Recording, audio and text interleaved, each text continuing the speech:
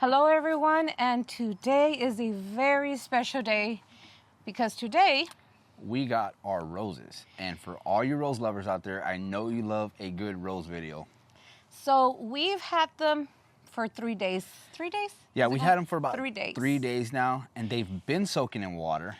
Now, we would have planted them immediately, but we've had those cold nights that we were expecting, and hopefully they're the last of the cold weather, and we're expecting, another cold freezing night, but we don't want to wait that long with them in the water. Yeah, unlike the video we did last year, we actually did it indoors, but we wanted to do this one outside, so that's why we waited a couple days. We left them in water, but we're ready to plant today and excited to get these in containers. Yes, so how long can you leave them? In case anybody, So it's recommended to leave them in water as long as you can until the minute you're ready to plant them. I wouldn't go more than 3 days. You just don't want to get them waterlogged. It's the same as them sitting in the garden, just sitting in water. But and if for any reason, after you put them in the water and you still can't, plant, you can put them back into the bag. Take them out of that water, put them back in the same box and bag. So I suggest saving it if you can't do it right away, and just let them stay a little bit humid until you're ready to plant them, because you don't want to overhydrate them. But we don't want to do that at all. We don't want to take any chances with these. Yep. So we're just going to go ahead and get it done, and then... So definitely going to start getting them done. We want to give you a little bit of tips of how we get our roses to continue flourishing in the garden, especially in containers. Yes. So first, we have our containers here. Yep. And what size would you say these are? So these are 20-inch containers. I know we get a lot of questions about containers. Unfortunately, I did some research online for these, and you can't find them online. We actually got them from Walmart. They're the Better Home and Gardens 20-inch planters.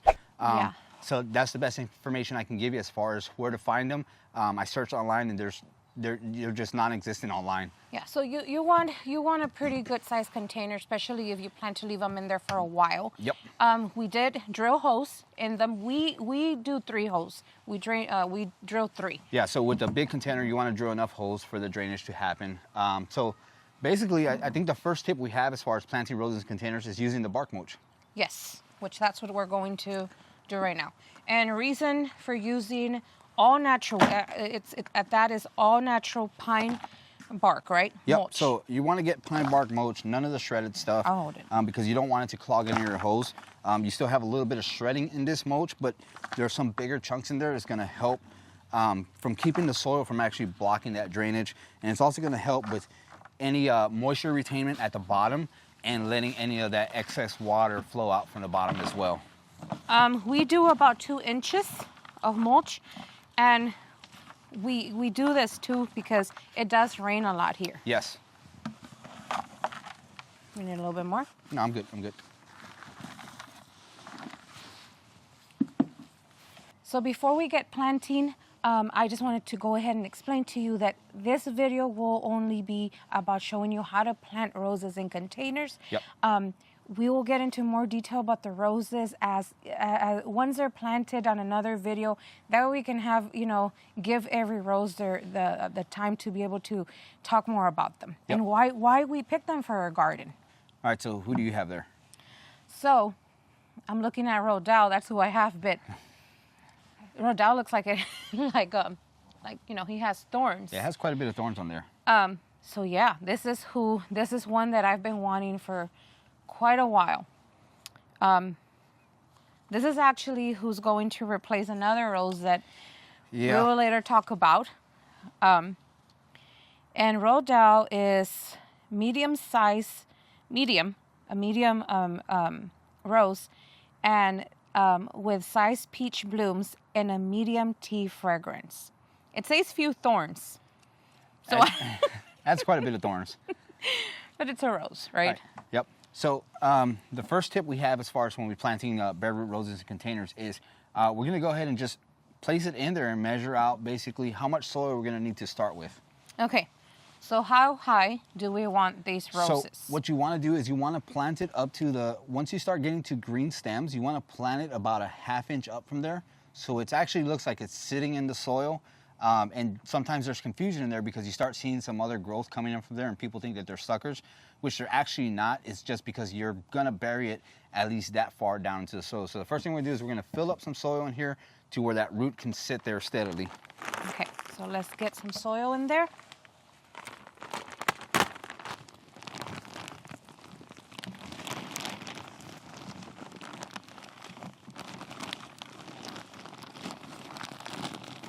Okay, so we want to leave like a little, what would you call it, a little You wanna leave like a hill, little hill where it sits on.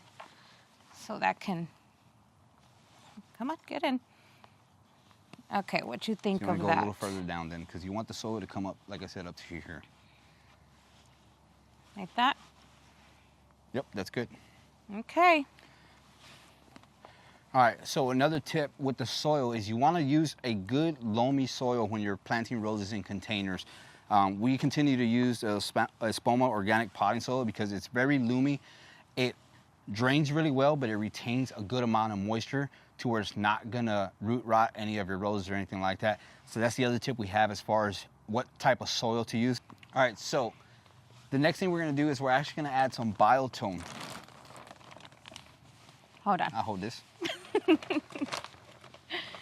Now the reason we're using biotone for bare root roses is because what biotone does, it actually has mycorrhizae, which is gonna be the same fungi you're gonna find when you order David Austin roses and they sell that package separately.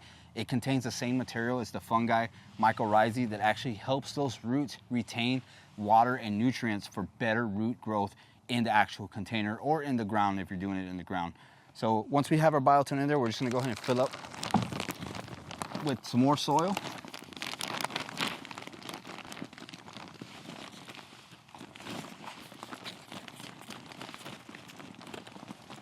I just put my whole hand in there. My whole arm. Okay, I'm pushing down to make sure that's in there, that it's not gonna move. Yeah, you wanna make sure that root system's not gonna move too much and tilt your rose once you get it watered and planted in completely. All right, so as you can see, it pretty much looks like it's buried completely, but that's something we've learned over time is planting them at just the right depth so they're nice and rooted in there as well. And being that they're in containers, it looks, you're thinking they're gonna root rot, but they're not because this soil is actually gonna drain really, really well. Okay. So now we top it off with mulch. So the last tip we have on planting roses in containers is to use cedar mulch. We're using shredded cedar mulch because that's a natural repellent for some insects that you don't want around. Some of these insects don't like the smell of cedar, so it kind of helps as far as insects laying eggs in the soil or anything you don't want laying eggs in that soil. And as well as retaining moisture on the top level of that container. Yes. If you get some harsh sun that starts to dry out your containers too fast and maybe you're not watering fast enough, that mulch at the bottom and the mulch at the top is going to actually help retain some moisture until you're able to water it sufficiently. All right, so that was the first rose that we planted in. We're going to continue to do the rest of them with the same methods and talk about the roses that we have that we're actually going to be putting in containers as well. What I have here is, this guy has a good root system. This is Lady of Shallot, and we're actually very excited to put this on the ground. It has orange blooms with creamy yellow. It says reverse here. Not sure what that actually means. Yellow reverse. I'm assuming the colors. Mm-hmm. Strong, vigorous shrub with good disease resistance, a light tea fragrance. And this one can actually grow 8 feet to 10 feet tall. Yes, so that's a big one. It's gonna be a big, we'll see. A big girl. We'll see how it goes for us here. Now, roses with a big root system like this, very tempted to put these in the ground, but we're doing container gardening here. And so what we're gonna do is we're gonna try our best to get it as low as possible without breaking some of the roots, because that's not what we wanna do, but we also want it to promote a good root system in here as well. Now, eventually we will have these roses in the ground one day. Yep. We will be moving in a couple of years, probably what, a year or two? Yeah, we'll be moving in a year or so. Want me to hold it? Yeah. Or you can up pot. You can actually move them to a bigger container. All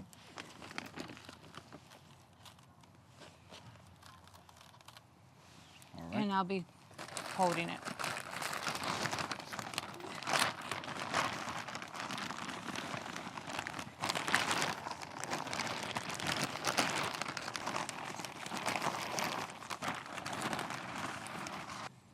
Okay.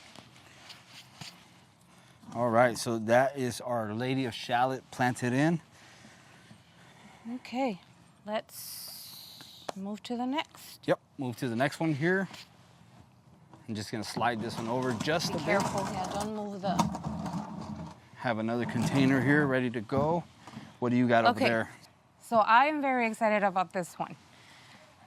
Somebody I didn't even expect to be ever, having in the garden. Not planned at all.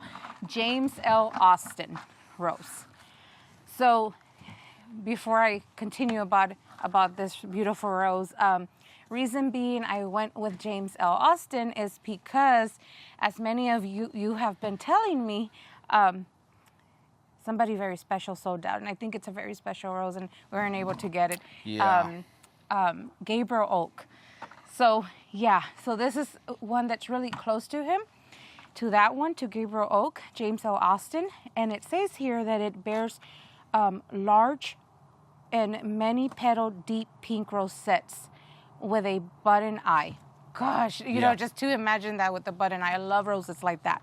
And then it has a medium fruity fragrance. Now, another reason that caught my attention is we have a small garden. So this guy has more of a neat and bushy and upright shape.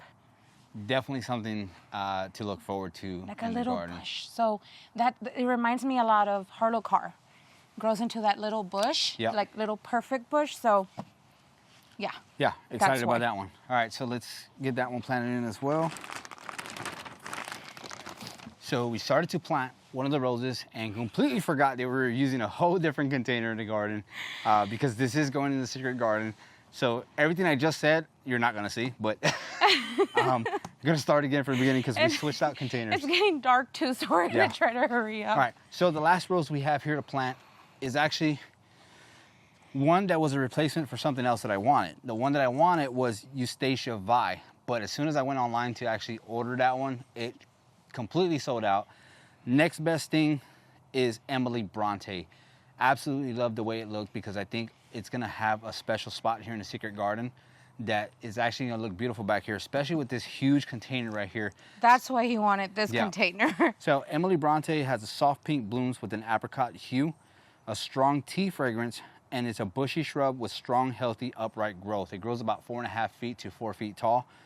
So very excited to have this one in the secret garden back here. I think the bloom color is just gonna look beautiful. So now, something interesting that I'm gonna let y'all talk for him to tell you is what he really was planning to do. All right, so yes.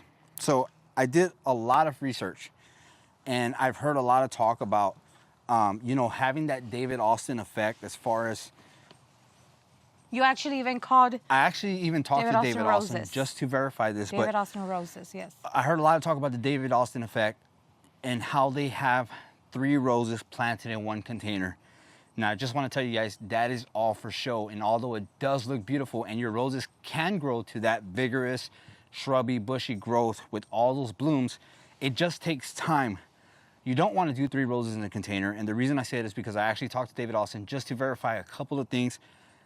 That voids the warranty on your roses. And I know it's one of those things where, man, would love to have that look and it would look beautiful in the garden. And if you don't mind, the what is it, voiding the voiding the warranty, then by all means, I mean, you can do it, but I highly don't suggest it because there are some times when your roses will not make it. And if you want that warranty, it'd be best to explain what you did or how the rose performed prior to it, doing what it did, where you actually need to get an exchange or a return or whatever the case is. And that's another great thing about David Austin roses, that one can,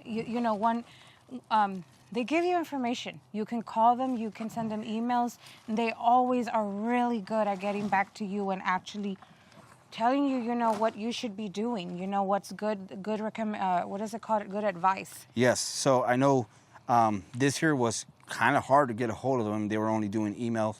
That's actually how I spoke to them. It wasn't through phone or nothing. It was email. It was through email because of COVID. They weren't able to, actually be answering the phones all the time or whatever the case was.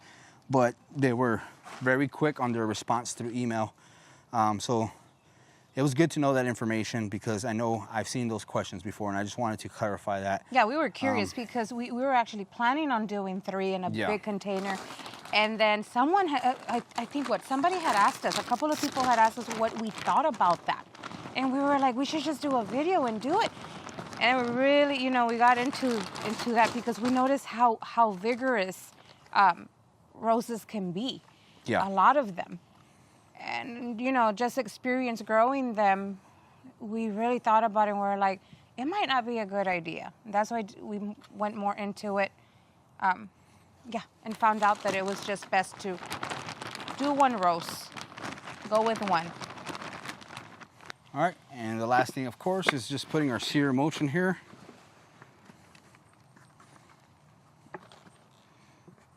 And we'll probably have some fun with this container because it's a little more bigger. And the rose planting companions, that's what I'm trying to say. Because it's still a small rose. A lot of roses, roses don't like to share space. The space around their roots. But just because it's still a young rose, we might be able to have some fun this first year. Yeah. So with a lot of bare root roses, when you initially get them, we want to have this optimism that they're going to completely grow out and have the best show ever. I just don't want anybody to be disappointed that sometimes that may not be the case. You may not get that vigorous growth. You may not get all those blooms, which is the case of one of the bare root roses we planted last year. Which one was that? Mill on the Floss. Mill on the Floss. It was a very new rose. We got it bare root. We planted it. Although it did put some growth on, it didn't have that vigorous shrubby growth. And we had a few blooms that were fairly small.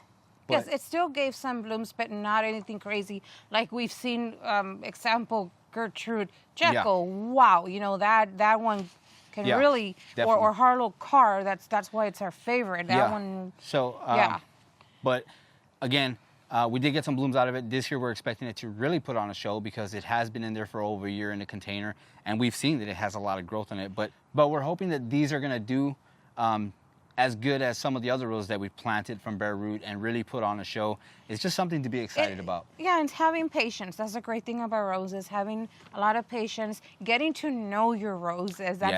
They all each have this personality, and I think that's the special thing about growing roses. Oh, yeah. So, we will get all into it, as the season goes, and we'll actually probably just do another video before they even do anything to talk about each one, have a little bit of fun talking about roses.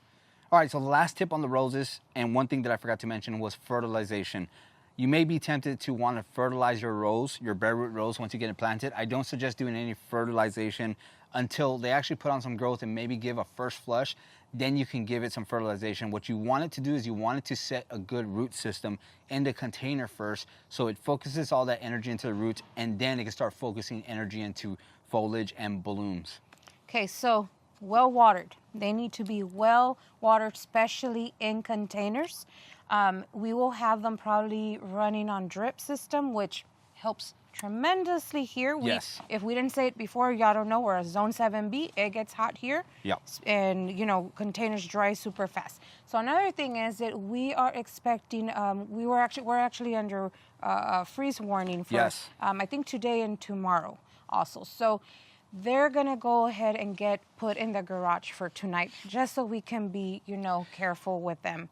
Definitely. So those of you that are actually doing containers, make sure if you're going to expect any freeze, because it's just a new planting, you want to make sure you protect them somehow. And the way we're doing it is put them in the garage. Yes. And the only reason we're putting them in there is because they're newly planted. The big question we usually ask is, how do you winter them? They stay outside through the whole winter. Once they've been already established, they're fine. Our zone here is, 7B. It doesn't get that cold, and the containers, they do fine. They come back. Yeah, so I think the key with the containers is getting some frost-free containers, first of all, so they don't freeze and the soil doesn't freeze as much.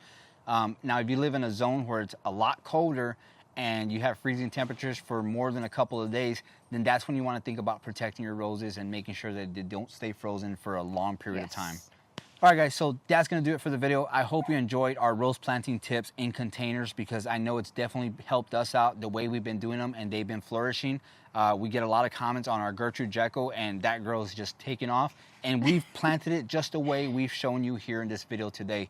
But again, that's going to do it. I hope you enjoyed it, and we'll see you guys in the next video.